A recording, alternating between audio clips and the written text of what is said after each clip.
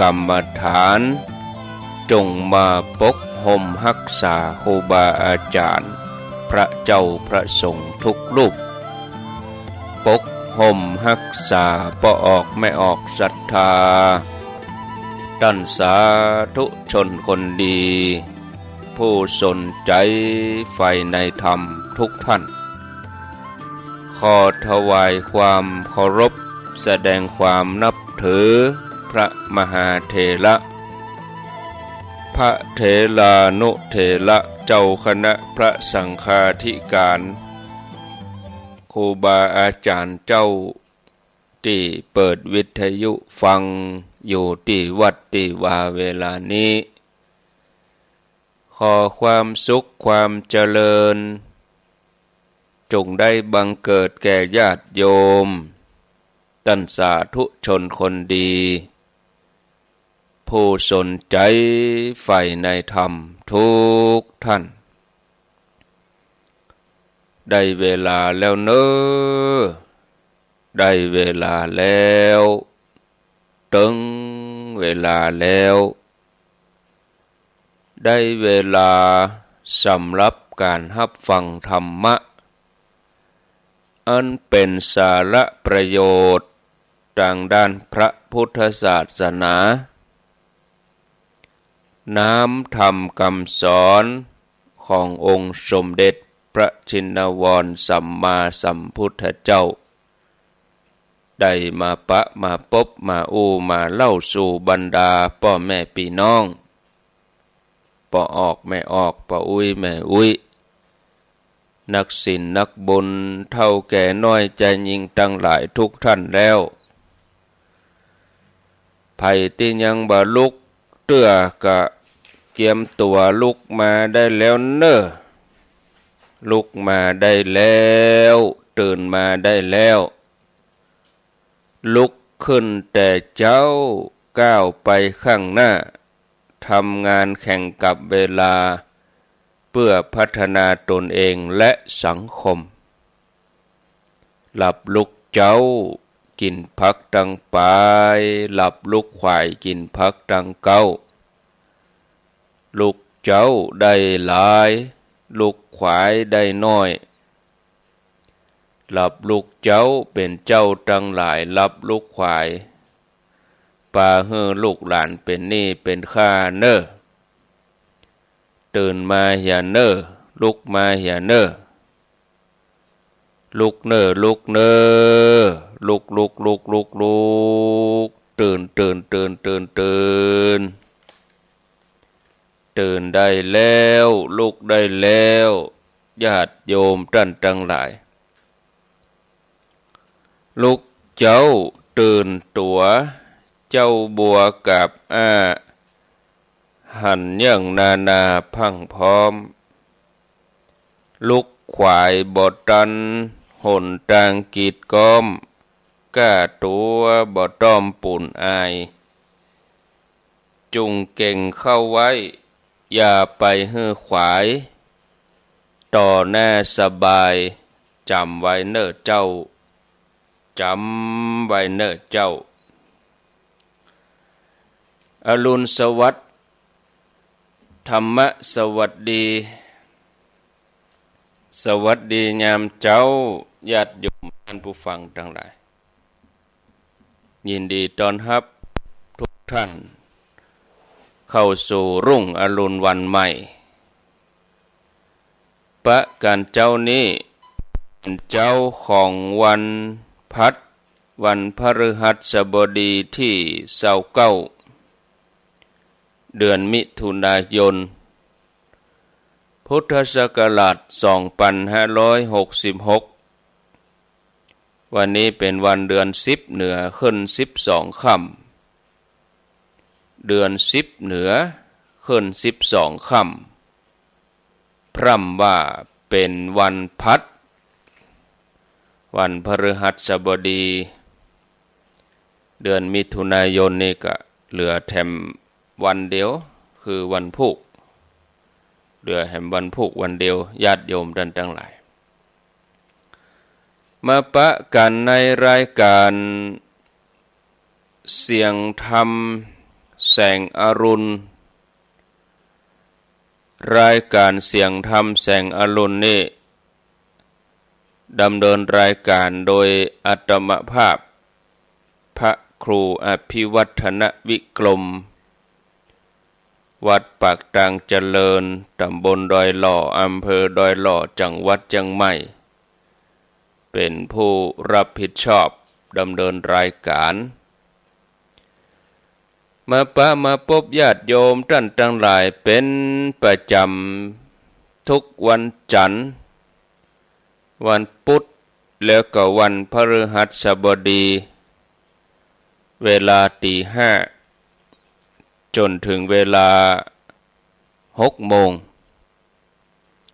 ห้องกันลุกปุ๊กกันตื่นต้องขอขอบคุณอนุโมทนาบุญกับสถานีวิทยุที่เปิ่นรับสัญญาณนำรายการนี้ไปสู่ผู้ฟังทางบ้านบ่ว่าไกลว่าใกล้ก็ต้องขออนุโมทนาอย่างยิ่งยินดีอย่างที่สุดเตรียมตัวลุกแล้วเน้อลุกมาได้แล้วตื่นมาได้แล้วหลับลุกเจ้ากินพักตั้งป่ายหลับลุกควายกินพักตั้งเก้าลุกเจ้าได้หลายลุกควายได้น้อยหลับลุกเจ้าเป็นเจ้าตั้งหลายหลับลุกควายป่าเฮอลูกหลานเป็นนี่เป็นข้าเน้อลุกมาอย่าเน้อตื่นมาอย่าเน้อลุกเน้อลุกเน้อลุกตื่นตื่นได้แล้วลุกได้แล้วญาติโยมท่านทั้งหลายลุกเจ้าตื่นตัวเจ้าบัวกับหันเยื่องนาพังพร้อมลุกหายบ่ตันหนตางกีดก้อมก้าตัวบ่ต้อมปูนอายจุงเก่งเข้าไว้อย่าไปเฮือขวายต่อหน้าสบายจำไว้เน้อเจ้าจำไว้เน้อเจ้าอรุณสวัสดิ์ธรรมะสวัสดีสวัสดียามเจ้าทุกคนทุกท่านมาปะกันก็มานำเสนอสาระธรรมะปะกันแล้วก็บ่ฮือได้ขัดแคลวเสียเวลาเจ้านี้นำเสนอสาระธรรมะเกี่ยวกับการสงเคราะห์การเสียสละญาติโยมท่านทั้งหลายปรากฏในชาดกเหมือนกันชาดกที่อู้ถึงเรื่องเกี่ยวกับความเสียสละนี่มีการพัฒนาบ้านเมืองให้เจริญรุ่งเรืองนี่ต้องเริ่มต้นที่การพัฒนาคนเป็นอันดับแรกการที่จะพัฒนาคนให้ได้ผลดีที่สุดก็ต้องเริ่มต้นที่การพัฒนาจิตใจมีนักปราชญ์ผู้รู้เปิ้นกล่าวไว้จะพัฒนาอันหยังก็ติดถ้าจิตบ่พัฒนาคือนอกจากพัฒนาในด้านวิชาความรู้แล้วคนเฮาก็คนก็ยังต้องฝึกฝนคัดเกลาจิตใจเพื่อให้เป็นผู้ที่มีความรู้กู้คุณธรรมเข้าใจในเรื่องโลกเรื่องชีวิตให้ถูกต้องตามความเป็นจริงรู้จักบังคับจิตใจบ่ปล่อยให้หลงไหลกับสิ่งที่ไร้สาระใจที่ได้รับการฝึกมาดีแล้วนำความสุขมาให้จิตตังทันตังสุขาวะหังจิตที่ฝึกดีแล้วย่อมนำความสุขมาให้ความสุขนั่นคือ กรรมอูก็ดีการกระทำก็ดีก็จะดีไปด้วยกันเพราะว่าจิตใจดีญาติโยมเมื่อจิตใจดีกรรมอูการกระทำก็ดีไปด้วยกันก็ส่งผลให้ผู้คนในสังคมอยู่ร่วมกันอย่างมีความสุขญาติโยมความบ่มีโรคภัยไข้เจ็บถือว่าเป็นบุญเป็นลาภอันประเสริฐปรากฏในบทกำปรเหมือนกันเป็นคาถาในธรรมบทว่าอโรคยาปรมาลาภาสันตุถีปรมังทานังวิสาสาปรมายาตินิพปานังปรมังสุขังลาภทั้งหลายมีความบ่มีโรคเป็นอย่างยิ่งคือความบ่มีโรคเนี่ยเป็นลาภอันประเสริฐคืออโลคยาปรมาลาภาทรัพย์ทั้งหลายมีความสันโดษเป็นอย่างยิ่งญาติทั้งหลายมีความคุ้นเคยเป็นอย่างยิ่งนิพพานเป็นสุขอย่างยิ่งกำแปลเปิ้นว่าอย่างอีอโลคยาปรมาลาภาสันตุถีปรมังทานังวิสาสาปรมายาตินิพพานังปรมังสุขังความบ่มีโรคภัยไข้เจ็บ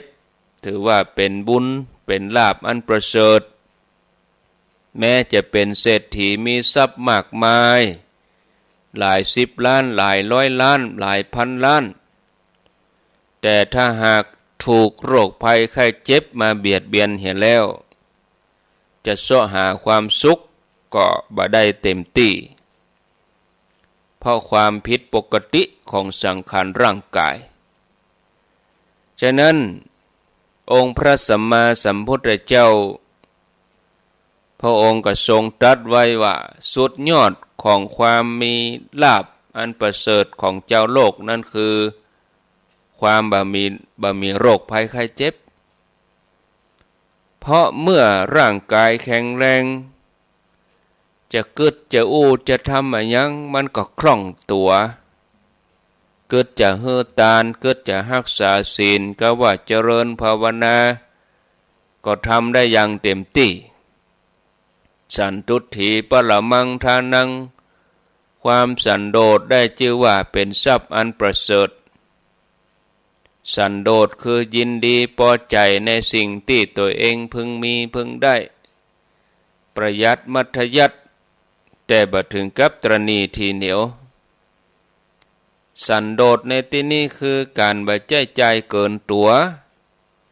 มีต่อใดก็ใจไปส่วนคนตรณีคือคนมีทรัพย์แล้วเนี่ยบ่ยอมใจนะทรัพย์นั้นก็เหมือนสุสานเพราะมีประโยชน์ทั้งตนเองและคนอื่นคนที่ตรณีทีเหนียวอย่างนี้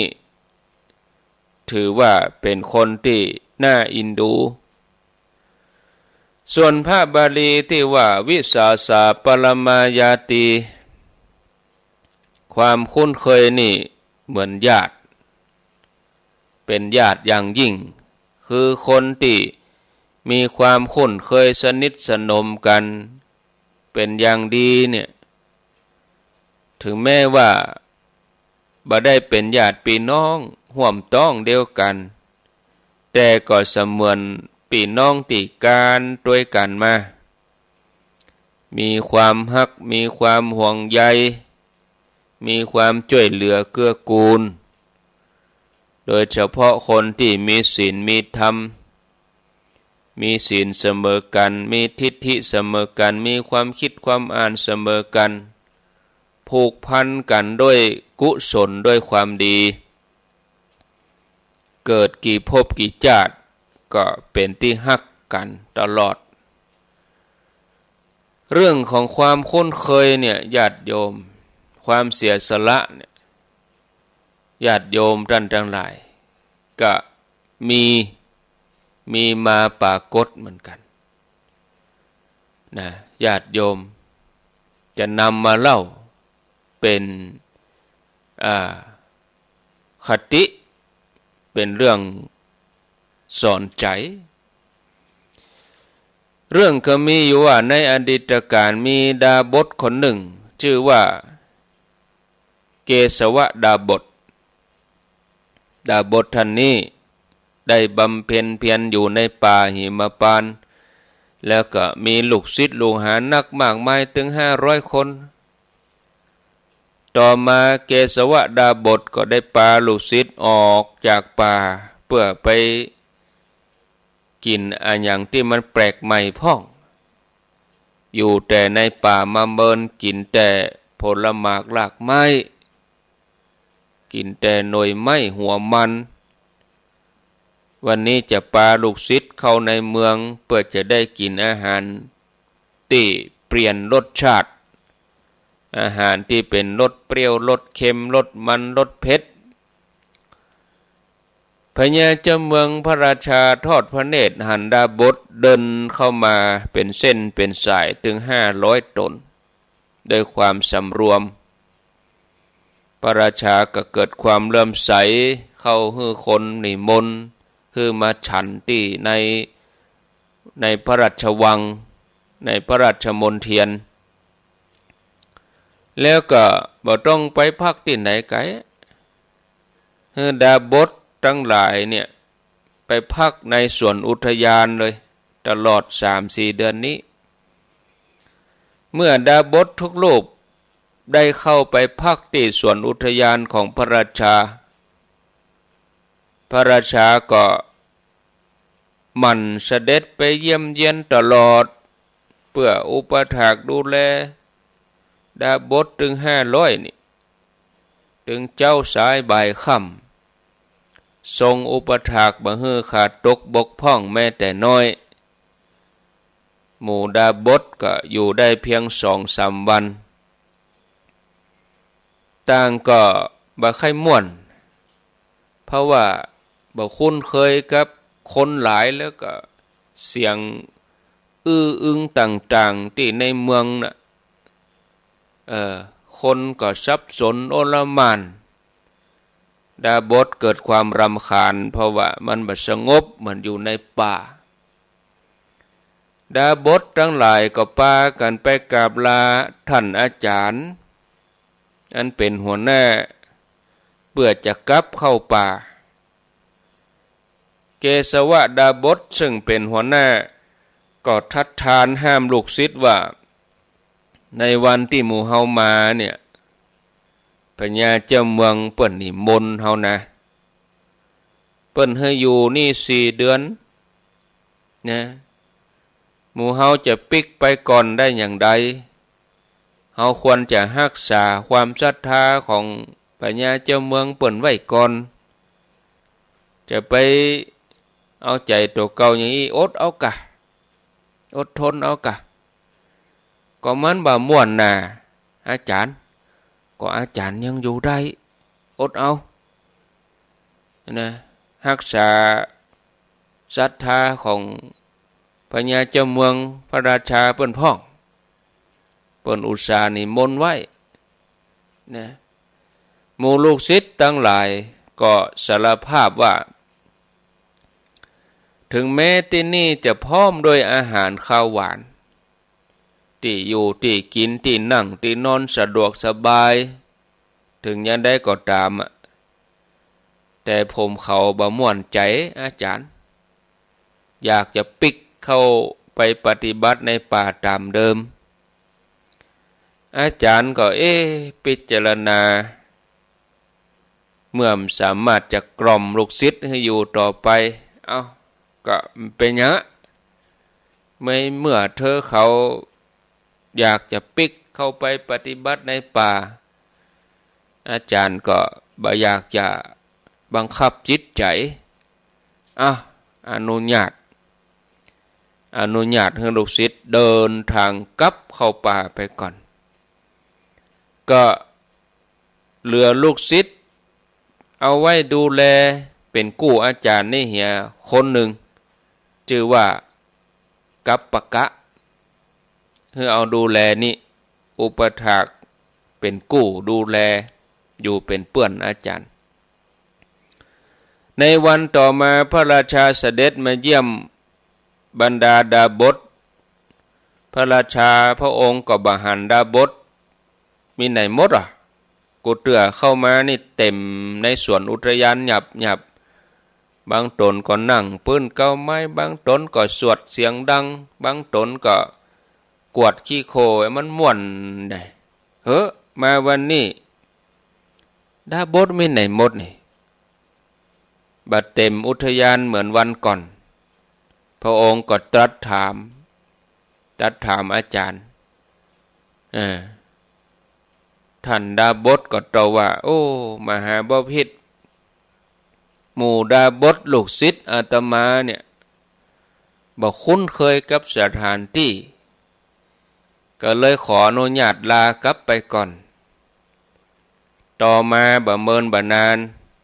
ลูกศิษย์ที่อยู่เป็นกู้นะที่อยู่เป็นเพื่อนอาจารย์คือกัปปะกะดาบสก็อดอยู่บ่ได้ลาอาจารย์ปิกไปแหมนะ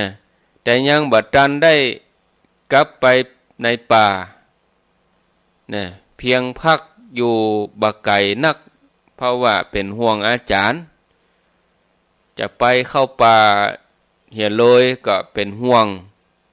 ก็ออกในเมืองไปบ่ไกลตะใดก็คอยติดตามข่าวอาจารย์อยู่ห่างๆตกเมื่อลูนมาดาบสทั้งหลายอยู่เมินไปอยู่ในป่าผู้เป็นอาจารย์ก็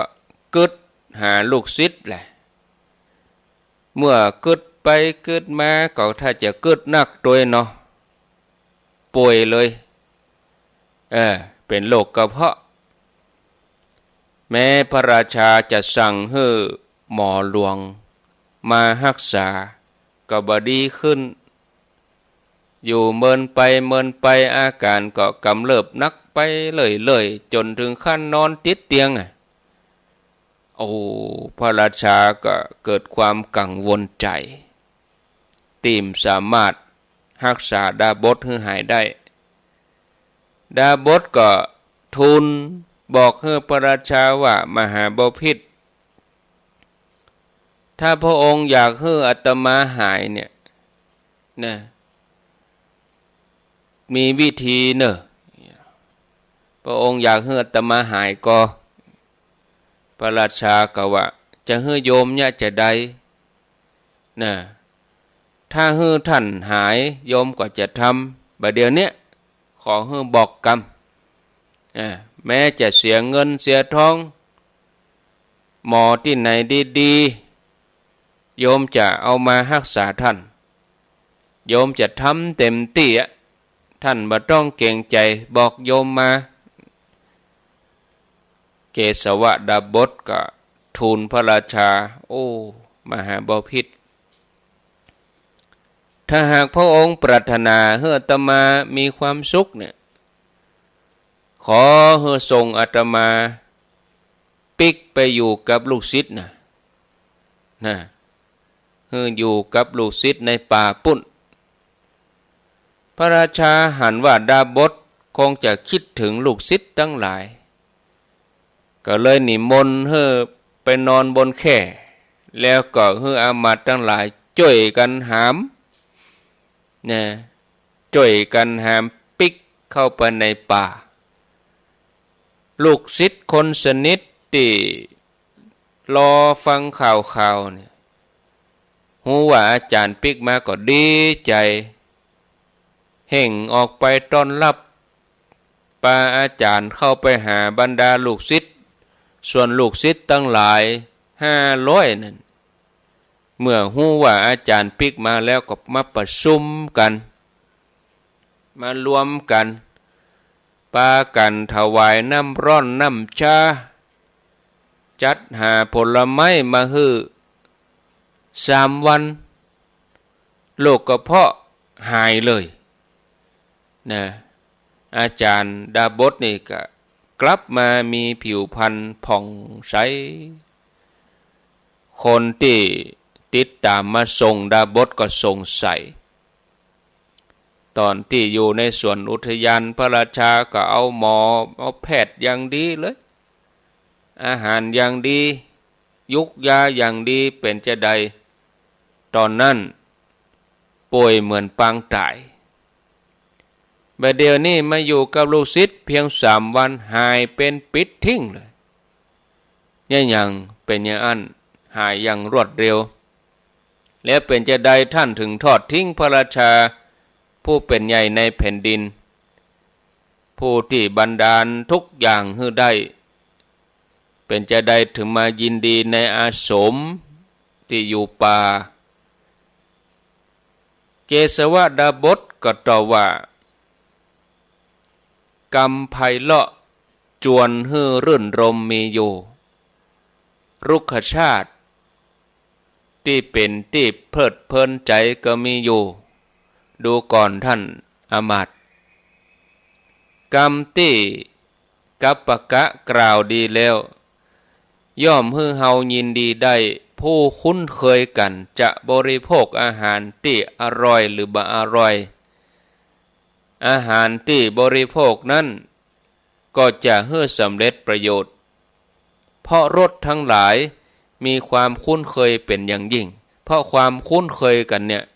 อาตมาถึงหายป่วยนั่นความหมายก็คือว่าถึงแม้จะอยู่ที่อยู่ดีสบายอย่างได้ก็ตามแต่มันบอกเกยมันบัดเสมือนญาติแต่ว่าถ้าอยู่ที่มันค่อนข้างจะขาดแคลนถึงแม้มันบัดสมบูรณ์ดีพร้อมแต่มันถึงพร้อมโดยกรรมว่าญาติอย่างเฮาตั้งหลายเหมือนกันเหรอเวลาเปิ่นห้องกินข้าวเฮาไปไหนเฮาตึงแยงพอละคนฮู้จักนั่งขันโตกได้นั่งโต๊ะได้หรือบ้านบ่ต้องรวมกันเป็นขันโตกเปิ้นเฮาไปตักเป็นบุฟเฟ่เฮาก็ไปตักข้าวตักอาหารแล้วเฮาก็กวาดสายตาเร็วไปเร็วมาเฮาก็จะต้องเสาะหาคนที่เฮาเคยเฮาก็กันนั้นก็เตียวต่างอย่างก็ไปนั่งด้วยกันปุ่นกินเข้าไปก็รสชาติอาหารมันจะลำพ่องบ่ลำพ่องแต่มันกินได้เพราะว่าเนี่ยวิสาสะปรมายาตีบางทีเฮาไปกินด้วยคนอื่นแปลกหน้านี่มันกินได้บ่นักบางทีเฮาอยากขนาดจะกินนักเด้อก็เกรงใจไปนั่งกับคนแปลกหน้าแต่ถ้าไปกินไปร่วมโต๊ะร่วมขันกับญาติเดียวกันมันม่วนกินเข้าได้นักคนเฮาก็เหมือนกันลองแปลกตี้หรอไปอยู่ที่ไหนไกลๆเนี่ยบ่คุ้นเคยเนี่ยมันง่อมมันเหงาแต่ถ้าอยู่ท่ามกลางญาติพี่น้องเนี่ยมันมีความสุขสังเกตเวลาคนป่วยอาการนักเต็มที่แล้วก็ขอปิกบ้านเถอะป้าป่อป้าแม่ปิกบ้านเถอะสุดเลยเนาะขอไปตายบ้านตายท่ามกลางญาติพี่น้องอันนี้เนี่ยมันเป็นอย่างนี้เหมือนอย่างดาบทฤาษีนี่นะญาติโยมหันก็ว่าความคุ้นเคยนี่เป็นญาติกันแม้บุคคลนั้นถึงแม้ว่าบ่ใช่ญาติแท้ๆแต่เฮาก็มีความรู้สึกเหมือนกับญาติคนหนึ่งที่สนิทสนมใกล้ชิดกันเพราะความคุ้นเคยกันนะบ่ได้ผูกพันกันเพียงทรัพย์ภายนอกเท่านั้นนะแต่ผูกพันกันด้วยคุณธรรมความดีอยู่ไกลกันเท่าใดใจก็ตึงก็ถึงนะบางทีอยู่ห่างไกลก็อยากจะกลับไปนะญาติโยมเฮาทั้งหลายก็เหมือนเดียวกันบางทีเฮาห่างเหินกิจกรรมกันนี่นะอย่างญาติโยมบ่ท่องไผไก่หมู่เฮาทั้งหลายที่เฮาฟังรายการเฮาติดตามรายการเฮาห่างเหินกิจกรรมบ่นแล้วแต่เวลามีงานผ่าน 3-4 เดือนเฮามีเหตุเตื้อเนาะ หรือบางอันก็หลายๆเดือนอย่างเฮารวมกันครั้งหลังสุดนี่คืองานดำหัวตั้งแต่เมษาโดอย่าแต่ที่เฮาจะไปรวมกันแถมกรรมก็คือ15กรกฎาคมเฮาตั้งหลายบางคนก็จะได้ปะได้อู้กันน่ะมันม่วนที่ได้มาพบเจอหมู่คณะก็จะเกิดความคุ้นเคยเหมือนญาติที่ห่างกันไปเมินแล้วก็มาสร้างบุญสร้างกุศลร่วมกันมันมีความสุขเนี่ยพอแววตาพอสายตานี่มันบ่งบอกได้ถึงความสุขใจหมู่เฮาทั้งหลายกุคนนี่เฮาทั้งหลายเกิดมาเพื่อสร้างความดีเพื่อสั่งสมบารมีร่วมกันนะมันทำกันนับพบนับชาติบ่ถ้วนแล้วเนาะญาติโยมเฮาไม่ใช่เป็นญาติกันเพียงพบเดียวชาติเดียวนะบางทีถึงแม้บ่ได้ผูกพันกันสายโลหิตแต่มันเป็นสายทานธรรมญาติธรรมญาติโยมอย่างเวลาครูบาอาจารย์พระสงฆ์เปิ้นจัดรายการก็ดีเปิ้นอู้กับศรัทธาก็ดีศรัทธาญาติโยมเป็นญาติทางธรรมเข้าใจกันด้วยคุณธรรมด้วยความดีฉะนั้นถึงแม้จะอยู่ใกล้อยู่ไกลเท่าใดเมื่อถึงเวลาบุญกุศลความดีงามก็จะดึงดูดให้หมู่เฮาเนี่ยได้มาสร้างร่วมกันเฮาจะรู้สึกเหมือนคนตึงโลกนี่เป็นญาติพี่น้องกันเป็นครอบครัวเดียวกันฉะนั้นญาติโยมท่านทั้งหลายก็ขอให้หมู่เฮาทุกคนนี่ตั้งอกตั้งใจประพฤติปฏิบัติปั่มเพ็งบุญบารมีสั่งสมซึ่งคุณงามความดีนี้ต่อไปให้ยาวนานได้อย่างที่สุดเลยญาติโยมพอเวลา5:40แล้วนี่เกมเดียว6:00ก็จะเป็นตุลุงดอยจอมพอเนอะ6:00นี่นะคมพาดแถมก้าหลวงปู่เนาะโอ้หลวงปู่ก็ทุ่มเทเนอะกับงานการส่วนรวมนี่นะนำปาศรัทธาเฮาตั้งหลายกิจกรรมอันใดถ้าสะดวกบ่ติดธุระอย่างเพิ่นถึงไปแล้วก็งานที่จะเกิดขึ้นแถมบักกี้วันไปตั้งหน้านี่จังเวียงป่าเป้านี่งานธรรมะสัญจรเพิ่นก็มีตลอดไปจนถึงฮอดวัดสาปุ่นเลยที่จะเกิดขึ้นนี่วันที่10นี่10กรกฎาคมนะวันที่10กรกฎาคมโดยคณะสงฆ์อำเภอเวียงป่าเป้าสมาคมผู้สูงอายุเนาะหลายหน่วยงานองค์กร10กรกฎาคมนี่เปิ้นจัดที่วัดโป่งเทวีเขาก็เหมือนเขาไปเอี่ยวหากันม่วนบางทีบางท่านเขาอยู่กับวัดเขาบ่เคยไปไหนเห็นเลยเขาก็ต่างได้ไปเอี่ยวพอวัดเปิ้นวัดไกลวัดหิมวัดใต้วัดเหนือเขาได้ไปฮู้ไปหันแล้วเขาก็ม่วนมาเมื่อก่อนเขามีโอกาสได้ไปไหนลูกเดี๋ยวนี้เขาเฒ่าแก่มามีโอกาสได้ไปวัดนั่นเขาก็ได้หันวัดนี้ก็ได้หันม่วนเมื่อก่อนได้ยินกะจื้อ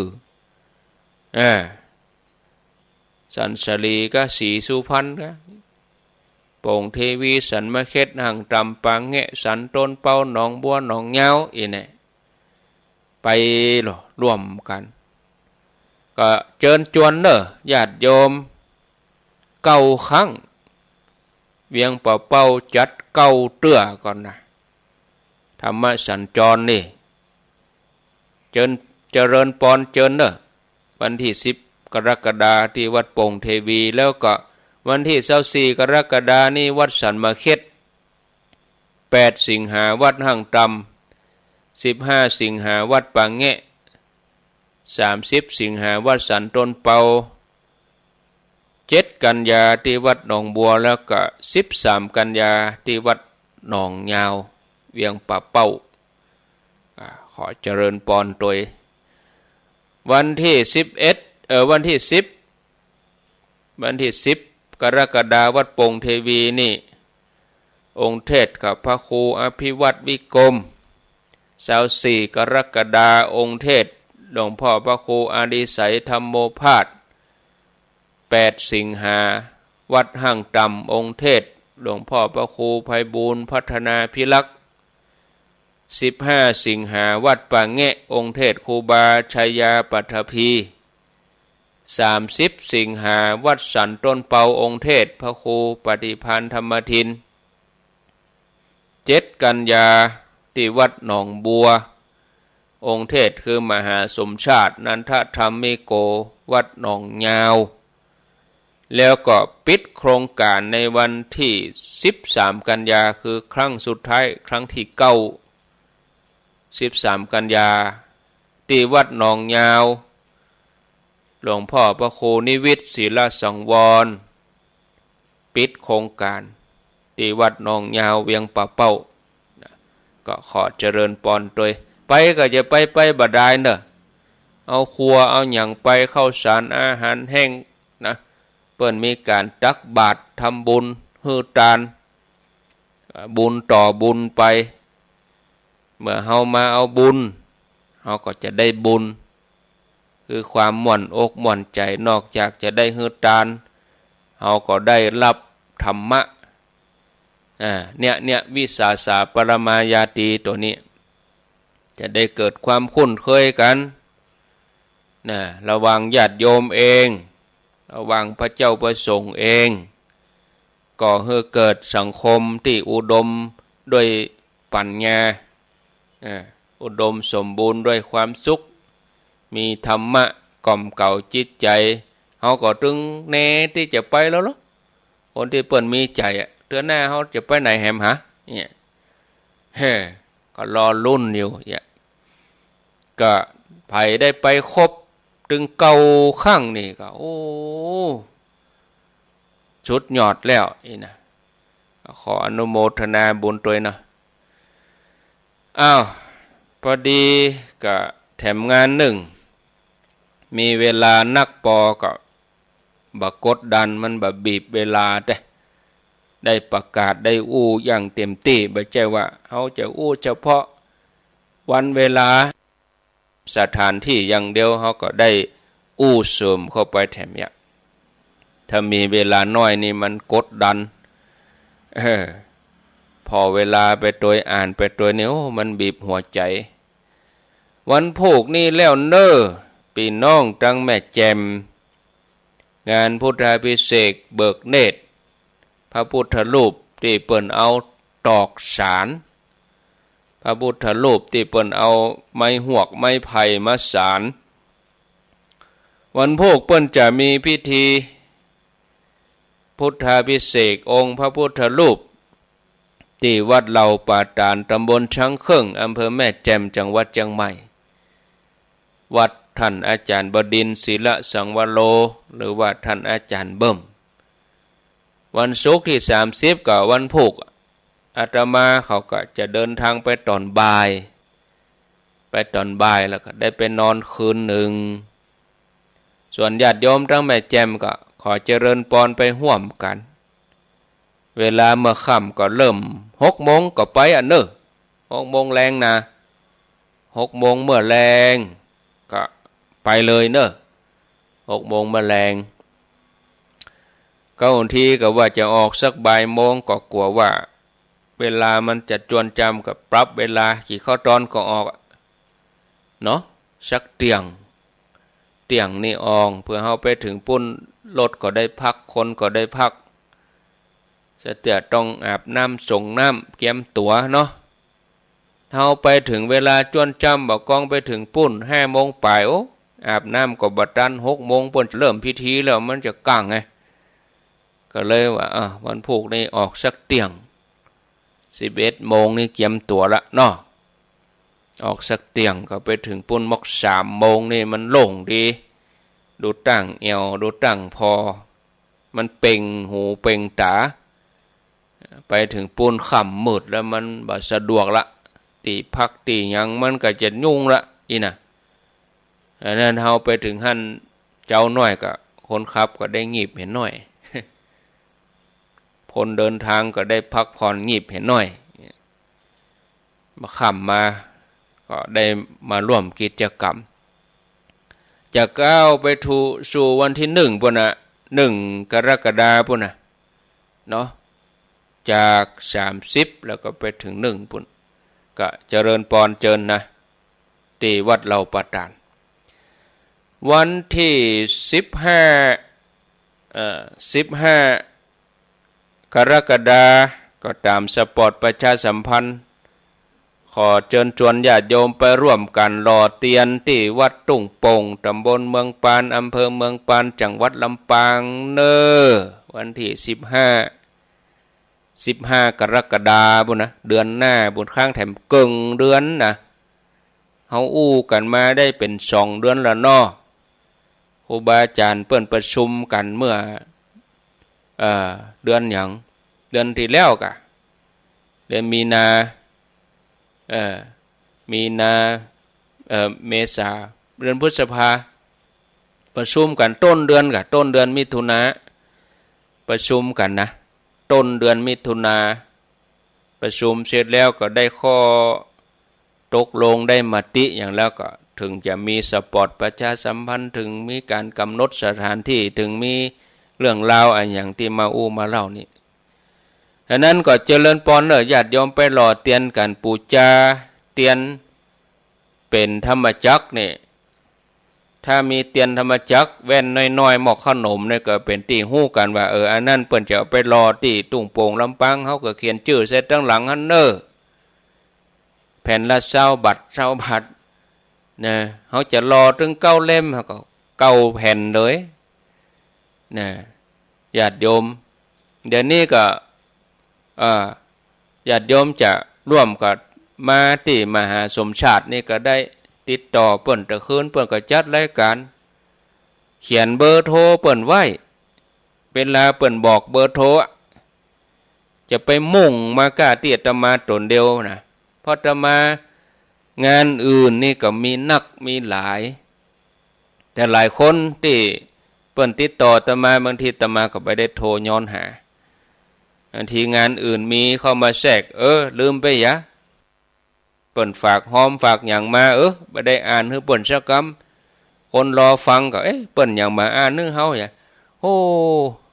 งานในหัวสมองนี่มี108 ปันเก้าฉะนั้นก็เลยจัดปั่นให้เวลาให้กัน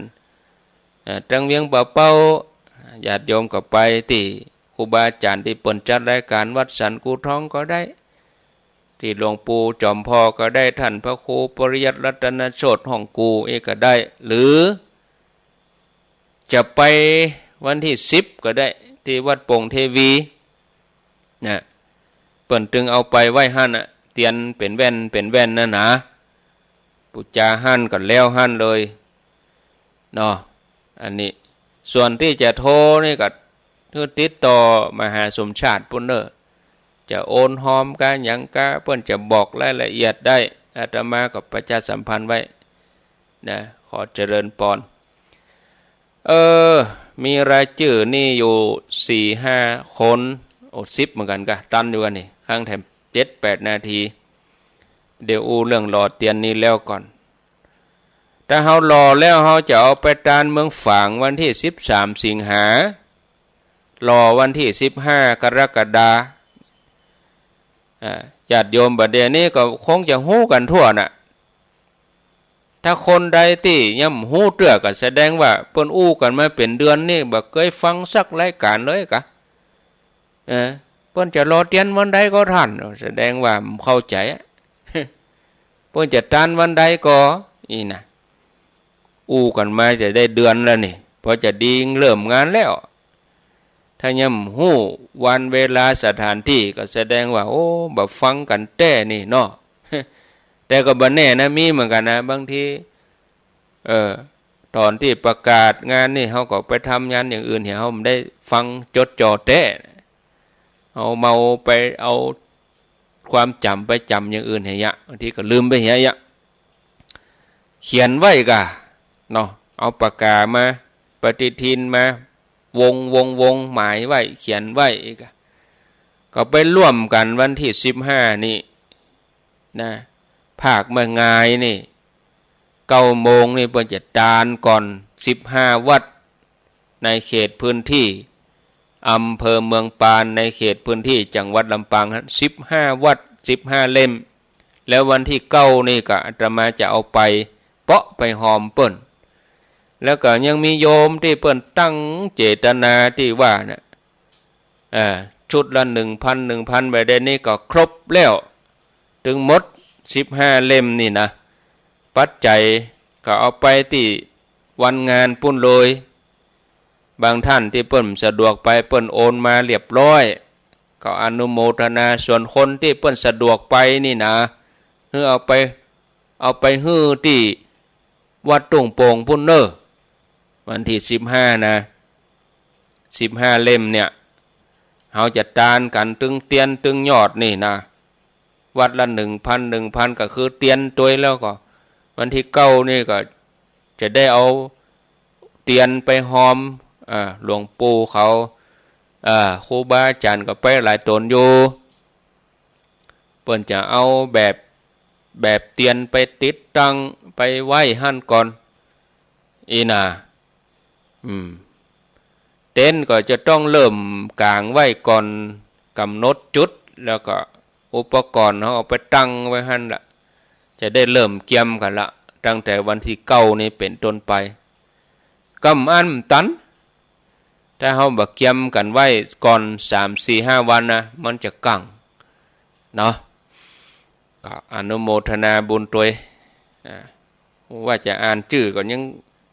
ไปหาเรื่องเตียนแหมอยู่นี่ เอาเหลือเวลาแถม5 นาทีแต่ขึ้นไปที่บ้านบ่ขุนหวานงานศพแม่อุ้ยเกียงแสนศรีสวัสดิ์เปิ้นจะชาปนกิจศพวันนี้ถ้าคืนนี้เปิดคืนสุดท้ายแม่อุ้ยอายุได้96 ปีไปก็แบบง่ายๆบัดทุกข์บัดยากบัดได้ถึงขั้นนอนติดเตียงบัดถึงขั้นลูกหลานจะต้องอุ้มปกลูกนั่งอะไรอย่างนี้นะแล้วก็เสียชีวิตวันศีลด้วยว่ะเสียชีวิตเปิ้นถึงแก่กรรมวันที่25วันศีลพอดีเนี่ยก็มาเหมือนคนเฒ่าที่อยู่กับวัดกับวาที่ปัดตังเจริญเนี่ยเหมือนกันอุ้ยมานี่ก็เหมือนว่าเปิ้นเสียชีวิตวันศีลเหมือนกันวันที่17ไม่อุ้ยมาศิริปาเนี่ยเสียชีวิตวันศีลเหมือนกันนะอุ้ยมานี่แล้วก็ขอเจริญพรเนอะญาติโยมอนุโมทนาตัวป่อสิงคำแม่บุญศรีเรือนน้อยอีเนาะบ่คุณหวานส้มปล่อยป่อน้อยสนันแก้วสาวบ้านบ่คุณหวาน100 บาทป่อวิทยา